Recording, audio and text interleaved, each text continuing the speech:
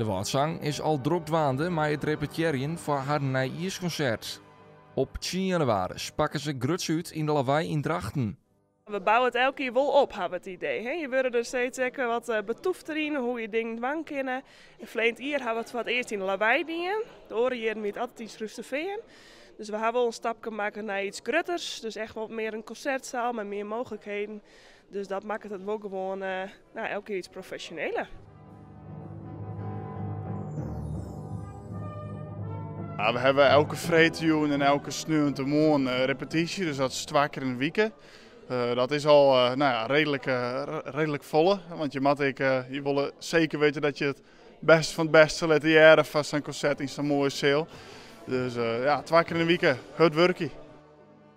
Er komen al je mensen uit daar die braasliefhebbers binnen, die bekennen hij hier in de band, maar ook gewoon mensen van buiten de band die we net kennen, maar wel genieten van deze muziek. Je zet er gewoon echt een jonge deel voor de Waardzang en voor de mensen in het publiek, dan word je gewoon het beste mogelijke meidje. Dus dat is gewoon, wat hartstikke leuk is. Iedereen speelt natuurlijk zijn eigen partij en het komt allemaal together in een groot geheel en dat is gewoon vet. Je hebt gewoon een team die voelt als familie en om dan zulke mooie concerten deel te zetten, dat is beter gevoel bezit net.